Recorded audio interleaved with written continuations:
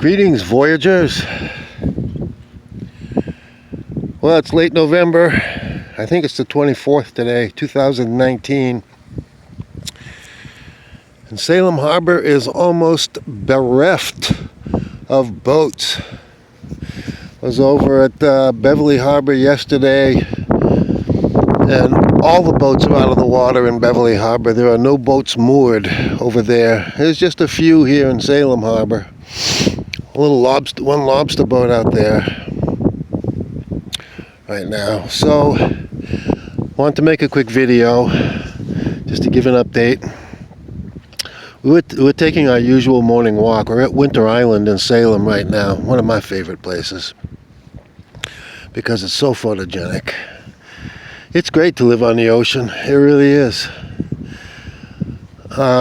So yesterday we were walking over at the Salem Willows Park. We take a morning walk every day, 20 minutes, just to make sure that we're going to get some exercise.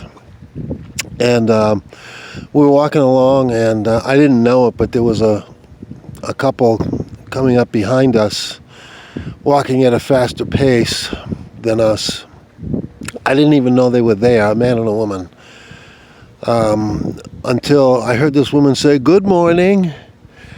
And it kind of caught me by surprise, and I turned and I looked, and there's this couple, and they looked to be about my age. They're gray-haired, and they're walking along at a pretty good clip, and so I kind of laughed and smiled and said, "Good morning to you," and that was nice. It's nice to have people be so cheerful once in a while. We have so little of that in our discourse these days, it seems. But I realized that I had seen them before. I had seen this couple before on one of our walks. They were approaching us from the other direction, and when I got up to us, they both smiled and said, "Hello, good morning," and that's nice. And I hope they never stop doing that. And I wish more people would do that. And I don't mean to be cynical, but I can't help it at times. But having been a van dweller for a little over 2 years now, I understand that there are societal perceptions of people who live in their vans that are outdated negative stereotypes, and yet they persist. Just like those two police who tried to kick us out of that parking spot a few months ago when they had no reason to do that. And so it made me wonder, and here's just something to ponder, made me wonder, those two nice people, would they have been so friendly toward us if they knew that we were sleeping in a van parked on the street outside their house at night? Something to ponder. So that's it for today. Just a quick update. I did also want to mention that I don't know how many of you subscribe to Living Free, Mike over at Living Free, his channel.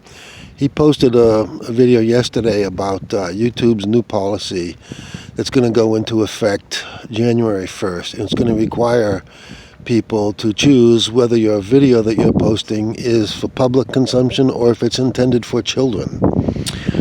Well, my videos are family friendly. I don't swear, I don't curse. There's no nudity, no sexuality, no violence or anything like that.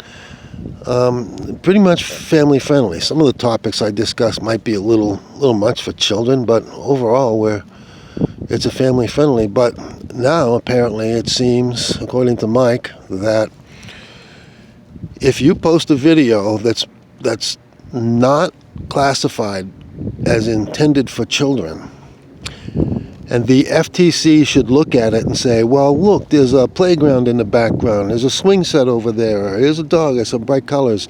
This definitely was intended for children to see, and they reclassify it.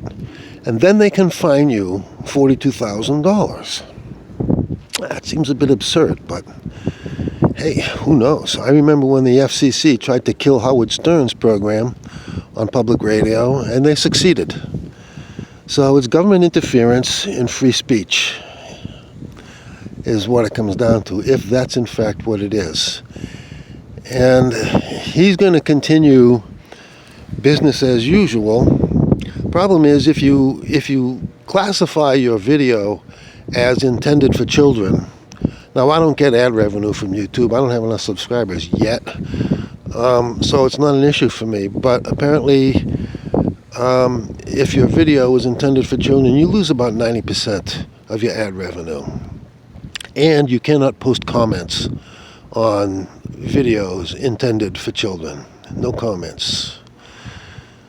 So he's debating whether he's going to be staying on YouTube, and I would imagine it's going to impact other YouTube channels as well.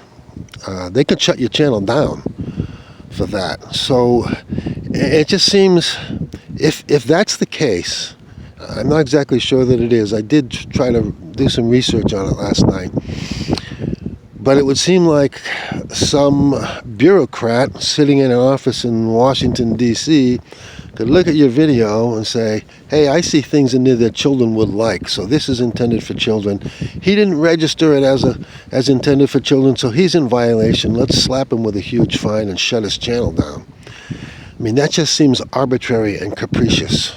I mean, I understand the need to protect children online, but where are the parents? Why punish the channel producers? Where are the parents? Why aren't they watching what their children are watching on YouTube and policing their own children instead of letting the government do it? We're living in a nanny state, it seems, where the government has to interfere in our liberties to protect us from ourselves. What a crock of BS. So good morning. Have a nice day. Thanks for watching. That's it for now. Be sure to like, subscribe, comment, tell your friends, and share, because sharing is caring, and I hope we'll always be seeing each other on YouTube.